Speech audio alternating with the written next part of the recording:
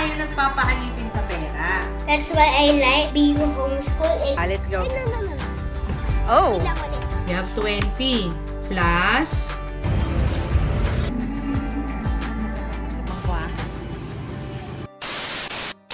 Hi, I'm Chris, a Raketera homeschooling nanay kay Liam at kasama ang aking Diyosawang si Justin. Let's make the most out of my remaining years before I turn 40 at samahan niyo ako sa aking journey! Ang dami kong talo ng 2025. Ang dami mga taong tumabla sa akin. But at the same time, I'm grateful sa gift of awareness na na-receive ko, na dadalhin ko sa 2026. I love. Anong pinagkakaabalahan mo, Daddy? Parang excited ka. Sobra. Kunin natin ang aking mga silicone molds, yung mga ganito. Nagagamit kasi natin yan today. Gagawa ko ng frozen rice. Pero before we begin, ladies and gentlemen, inositol muna. Para sa unang baso ko ng tubig for... Ay, talaga, kukutsarain mo, friend. Meron yung scooper sa loob, eh. Scooper ko, dala-dalawa nga, eh. Oh. And then, tapos, kailangan ko to kasi nga may piko sa mga may fish nyo. And then, I can drink my first glass of water. Cheers! Uy, may langgam. Nabanggit ko sa isa sa mga prayers ko na sobrang thankful ako sa gift of awareness. Hindi ako nagiging sarcastic pag sinasabi ko yan, ha. What I'm trying to say is, gusto ko yung naintindihan ko kung ano yung mga bagay na I want to hold on to, yung mga bagay na I want to let go of, and yung mga tao that truly deserves my energy. My gosh, napaka-expensive ko. Hindi ko dapat libre lang pinamimigay yung sarili ko. So start ng ating 2026, simulan natin ito with a planning ng ating buong pamilya. Kaya we'll take our time sa ating pahinga para makapag-plano ng ating gagawin sa... Oo, itong ating gagawin sa taon na to. And also for adults who are watching this, you will need to get 6 hours of sleep. Without 6 lang? 6 hours. Without sleep, it will be due to lack of sleep, you can also die. Ito yung gusto kong Liam. Gusto ko pa na dito mapag-usapan natin. Ang ating... Bakit ba tayo nagpapaalipin sa pera, Daddy?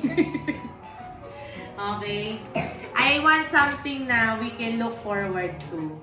Yung mga travel plans natin. Okay, travel plans!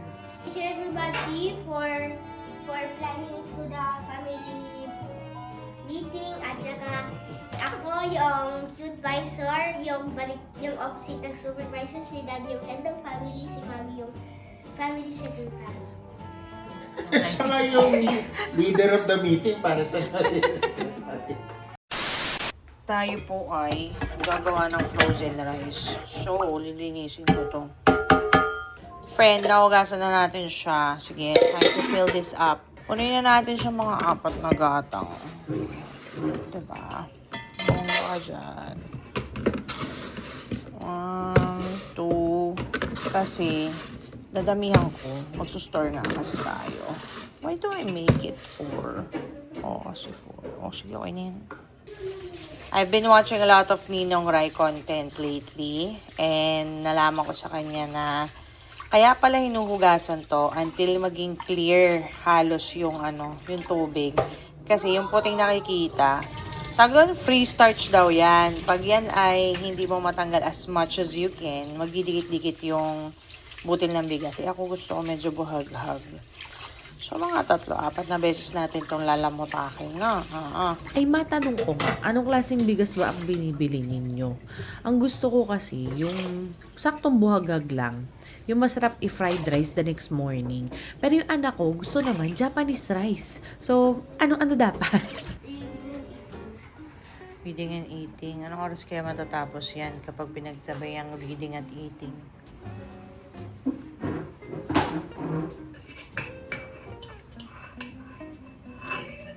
Ano bang breakfast mo? O, di ba? Halo-halo? Torta. Torta and? Apple, but there's no apple. Torta and apple dapat. Ayun no, babalatan ko pa lang for dessert. May tirang sinigang na may mga okra. Kinakain niya. Back to school na tayo! Kaya eto tayo ngayon sa aking office. Magtuturo muna ako bago ako magtrabaho. Kalat, Liam ha? Ang dami mong mga ano-anong nilaro doon. Oh, siya, let's begin. Alright, so welcome to our first official class for 2026.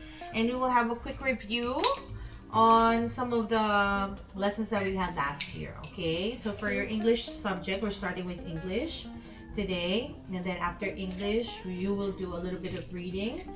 And after reading, we're going to do budgeting! Sasabihin ko na sa inyo magkano ba ako ni Liam. Mag-budget na siya. Okay. Anyway, how about number 2? Mommy, can I do it on my own? Okay, sure. Should I turn off the camera now? Yeah. Okay. Recess time. Ang cute naman ito. So cute. Ang liit lang niya. Chocolate milk. At saka boiled egg na nilagyan ko ng garlic salt na nabili namin sa Hong Kong. Pagka mahal-mahal. So, ayan. Ang recess ni Liam. Ang dami namang ano nun. Recess ni Liam. After his English class. What's the time, Liam? Kadalasan, inaabot ng 30 minutes yung aming lessons. Tas 15 minutes yung break. It's recess time. Akala mo yung totoong time, Mommy? Later, tatanong sa'yo yung totoong time. That's one whole egg you're eating. Is it good? That's why I like being homeschool kasi walang suspend na classes, walang activity, at saka lagi na-curious si Mommy for no reason. Yun. Lagi ano ako? Curious! Curious! That's why I like be homeschool. Plus, di ako magligo para di ako school uniform. Yun. Ito lang, normal clothes. Yeah. Ngayon, I'm working on his second subject, which is Financial Literacy, Budgeting 101. Na-recycle natin, Frenny, yung notebook niya ng writing nung grade 1 siya. Kasi hindi pa naubos eh. So, yun yung gagamitin natin. Ginagawa ko lang yung mga visual aids. At tawag dito ay allowance. Ibig sabihin, ito yung pera na nakalaan kada isang araw. Kumbaga parang you're going to budget 50 pesos per day. For the month of January, there are 31 days. 31 days. Okay, turn on your calculator. 50, kung 50 pesos a day ang allowance mo, mumultiply mo siya sa 30 days. Multiplied by, times 30 days. Times 30 days. 30. Equals, how much 1,500. in Anong time frame ng 1,500? What is 30 days? 30 days is also 1 month. Okay, so in 1 month, you have 1,500. Yan ang 1,500. Sa denomination, pag sinabing denomination, yun yung yun yung 50 pesos kung anong halaga ng papel. Okay. Sa denomination na 50. So, ganito kakapal yung 1,500. You have 20 plus, you get another coin. Check the value. Plus How much is that? 10. Lagay mo dito. Plus 10. Plus 10 equals 30. Equals, yan! Tingnan mo, nilagay mo na ba dito? Lahat. Hindi. Lahat ba yan? Lahat ba to? 5 pesos lang. Kukuha ka ng coin. Check. Tama ba? Hindi mo nilagay. Kulang. So, why do we need to split the 50 pesos, Liam? To spend, Okay. to invest, to save, to share, to Ayan, to give your to tithings. get your tithing. Your tithes. Ano ba? Tithings or tithes? Ano bang noun form nun? To share your tithes. Sorry. Wala na tayo sa English class. Nasa budgeting na tayo, kaya ibang department na ng ulo ko yung gumagana. Okay, so may label na tayo. Buksan mo para malagay mo sa loob. Ayan.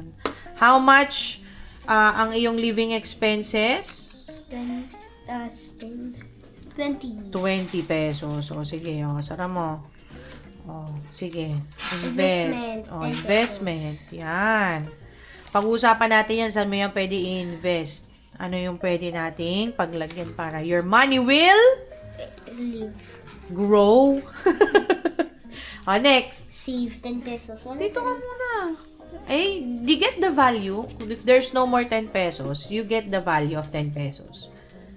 500. Oh, yeah. Dahan-dahan naman mawarak. Talaga naman siya. Okay. It's important to save. Kasi kapag you're in need, naku, saan ka kukuha? Hihingi ka sa akin, hindi kita bibigyan. Kasi dahil may pera ka sarili mo. Ay, 5 pesos lang ba? Oo nga, no? Share 5. And your tithing is? 160. No, 5. Okay, only 5 pesos, which is 10% of your allowance. Update. Aba, ang dami na na-check ni Liam, no? So, i-highlight natin yung mga importante. Magpapalit yung schedule ng piano tsaka homeschool kasi ito pa available yung teacher niya. Mga momshies, do not be intimidated by the thought of homeschooling your kids kasi you've been doing that. Every time nagkakaroon ng periodical exam, di ba nire-review nyo yung mga anak nyo? That is basically homeschooling na na-realize ko na I'm doing this tapos nagbabayad ako sa school, might as well teach my own kid. Ano susundin na lessons? Anong curriculum? Doon na kayo maghahanap ng provider na pasok sa budget nyo. We usually spend around 1 to 2 hours kapag nag-homeschool kami. Tapos ang tulog ni Liam, mga nasa 10 hours. So, may extra kaming 12 hours. Anong gagawin namin doon? Tatantarin ko yan ng extracurricular. Bulol? Extracurricular. Hindi ba sabi mo? Basta mga extra stuff na kailangan niya matutunan. To some, this may be too much. Pero gusto ko yung anak ko may isang sport na marunong siya. Isang musical instrument na alam niya. At saka foreign language. Tapos, may mga iba pang life skills, ganon. Ito tayo punta, Liam. Quick-quick-kan. Quick-quick-kan. Punta tayo, quick-quickan.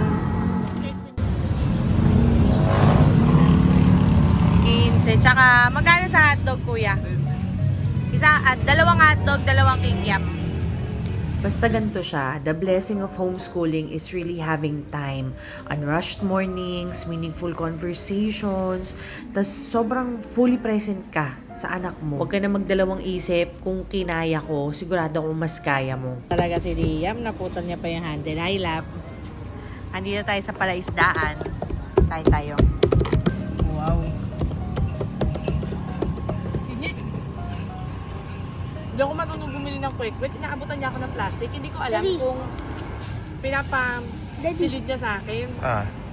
Yung pala pinapakuha niya ako ng sauce. Pag ko naisip. Tara. Mangkuha. Ba't parang hindi quick-quick? Ano siya? Waffle? Mami. Ilaga itlog kasi natin sa maraming maliliit na parte. Ganun? Ako lang yun. Hindi ako sure. Nakakita kami ng fish, Liam. May curtain, tilapia, and koi. Or quick-quick. Nahilig pa siya sa fish ngayon. Sa mga susunod na araw, nako. Na-excite ako. Sabi ko, Liam, dali na mo may isda. May maliit. Pag malaki na siya, wala na siyang paki dyan. Okay, everybody, may tilapia din. Like what I... Saan? Tok neneng. May toknening. Mga quick-quick daw at toknening. Quick-quick. Quick-quick. Maliit na quick-quick. Wala nila magbibili mo pagkain. Pero kanina.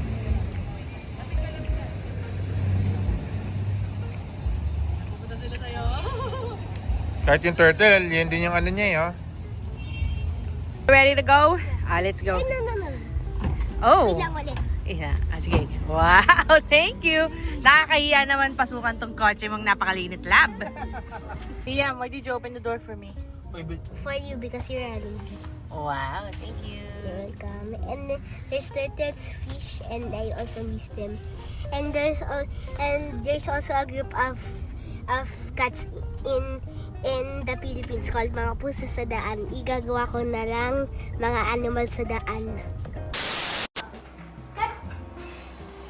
What are you doing? Putting away the dishes. Yan ang trabaho niya. Para laging malalagyan ng maduming dishes itong ating dishwasher. So, meron isang laman na madumi. So, Liam's job is Getting the dishes. putting away. It's getting... Basa naman. Nagpunas ka ba na? Naligo kasi. Parang hindi nagpunas ng buhok. Because I'm a cabbage patch kid. I'm putting away dishwasher. Sorry for that. Dishes! Sorry for that again. And How do you feel about doing that chore? this chore is Miley and is at the angry list. You're mad when you're doing that? Yeah. Are you for real? Then maybe you should eat from your hands na lang. Huwag ka na gumamit ng plato kung ayaw mo magtabi. Hindi, kasi... Explain mo sa kanila. Ano, kasapin mo sila. Okay, sorry for that bad list. Now enjoy the good list. Yon. Binigyan pala ako ng mga veggies ng aking mothership. So, ilalagay natin sila sa Ziploc. Salamat, Mama. May dadagdag ko to sa mga binibili kong ulam sa karinderya. Nahugasan ko na to, nababad ko na sa suka. So, ayan. Chop natin ang mga pechay. Hitang ko na lang. Para kapag umorder kami ng bulalo o kaya kare-kare, extra gulay na rin siya.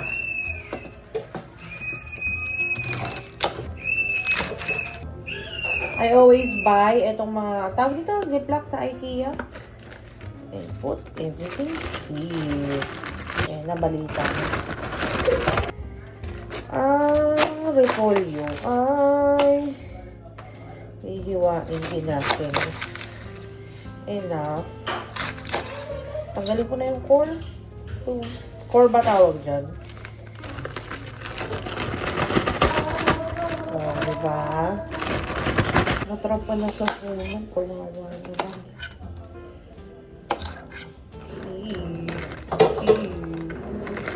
Ito tayong broccoli. Favorite ni Liam tong broccoli. Yep. Di ba, Liam? Espadi. Yeah. Wow! Pansinin nyo sa mga karinderya, dati ang mura gulay eh. Ngayon, wala ka nang makitang gulay halos. Kasi hindi naman nila ibebenta yung gulay na mas mahal, di ba? Kaysa sa karne. It's done! Babalutan ko na lang ng plastic tong mga to. Oh. And then the rest can go straight to the freezer. Nagpakulo din pala ako ng manok. Para sa akin to, mahilig lang ako sa sabaw tsaka yung manok na pinakulo. Hindi ko alam kung bakit. Ngayon si Liam sabi niya gusto niya daw sabaw tsaka repolyo. O sabay na natin yung repolyo dito. Ito na yung dinner ni Liam. O diba? Parang toddler. Kailangan gupit-gupitin mo. Kaysa naman, sobrang ganda ng plating kasi hindi niya makain. So ayan, maubos niya lahat to. Hindi ko na napakita sa inyo, pero nalagay ko na sa mold. O, ayan, tatakpan ko na to. Tapos, nalagay ko na sa freezer. Ayan na, oh. Ayan na. Nilagay ko na siya sa freezer.